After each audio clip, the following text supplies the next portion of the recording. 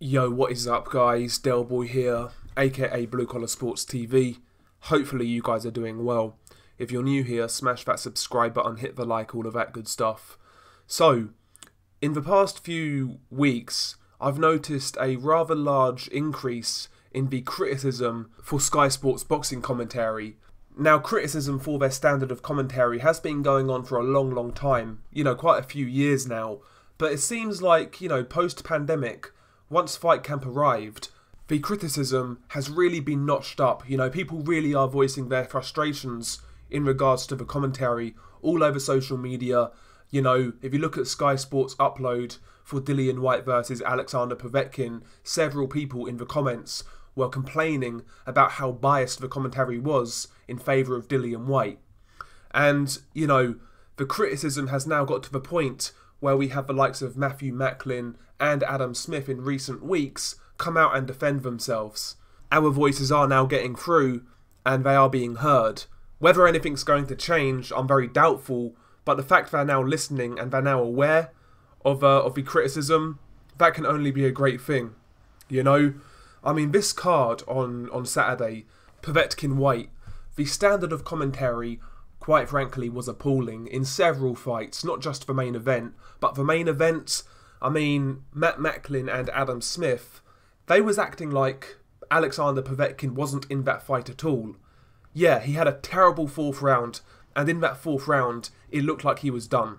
Cool, but let's look at the first 3 rounds. I thought it was clear. Povetkin won the first round. His bodywork was very good. He was effectively getting past Dillion's jab. I know Dillion caught him with a few jabs here and there, but for me, round 1, Povetkin did some really good work, mainly to the body, a couple of overhand rights to the head. Povetkin in round 1 was quite good in my opinion. He done some good work. Round 2 was pretty close, could have gone either way, but again, they wasn't really addressing anything that Povetkin was doing in regards to the bodywork. A couple of good left hooks that landed to the head, again, a couple of overhand rights. Povetkin was still doing work in round 2. Round 3, Dillion started to take over, but again, Povetkin had the odd moment here and there. But these guys were making out like Dillion was completely in control, like Povetkin wasn't touching him, and like it was a one-sided affair. That wasn't the case. Only round 4 was one-sided. There was one one-sided round in the first 4 rounds, that was round 4. But obviously, Adam Smith and Matt Macklin, they would tell you otherwise. And obviously, we knew what happened in round 5. And by the way, that knockout, Johnny Nelson, a paid analyst, this guy is supposed to break down boxing and explain it to the masses, the casual fans. We've got a paid analyst describing Povetkin's knockout as a lucky punch. Come on, there's no such thing as a lucky punch in boxing, completely stripping the credit from Alexander Povetkin. Was the setup lucky as well? The fact that Povetkin was working the body all night to the point where Whyte was expecting a body shot. Povetkin threw a jab, dipped to his left. Whyte was expecting a body shot. He tucked his elbow in, but instead Povetkin comes up the middle with an uppercut. Povetkin set that up perfectly. He was literally setting it up all night with body shots. Were all of those body shots lucky too? Was the fake jab lucky too? Was the slip to the left lucky too? Come on now. This is a paid analyst completely stripping the credit from Alexander Povetkin. The Katie Taylor-Delphine Persoon fight. Now, I'm not a fan of female boxing, but I did watch it, I didn't really have anything better to do.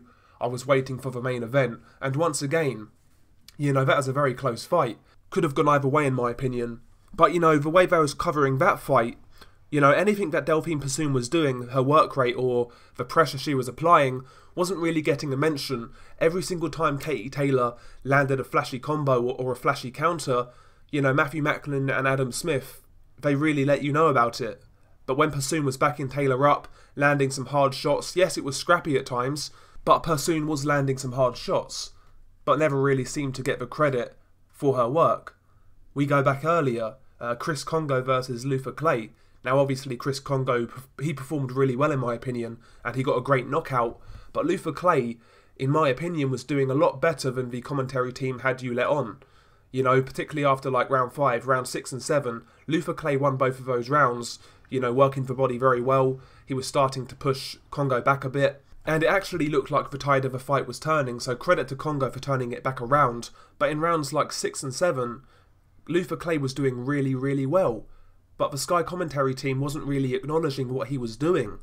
And you may say, oh, I'm just being picky, I'm being melodramatic, but every single one of these instances, it was the away fighter in which they wasn't covering properly. That's not a coincidence. You know, the biased nature of Sky commentary is appalling. From top to bottom, every single commentator on Sky is terrible. In future, especially on these big pay-per-view cards, they need Paulie Malignaggi because he brings some sort of balance to the equation. He will call it how he sees it. You know, he's not going to toe a company line like a Tony Bellew, like an Adam Smith, like a Matthew Macklin. All of these people just towing the company line. Johnny Nelson, I was disgusted with, to be quite honest. His analysis of that Povetkin fight, disgraceful.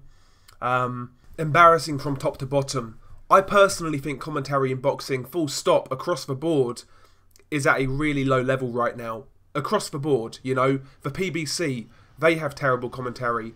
BT Sports, their commentary isn't too great. ESPN, I'm not a big fan of their commentary. But Sky Sports, to me, is the worst of the bunch.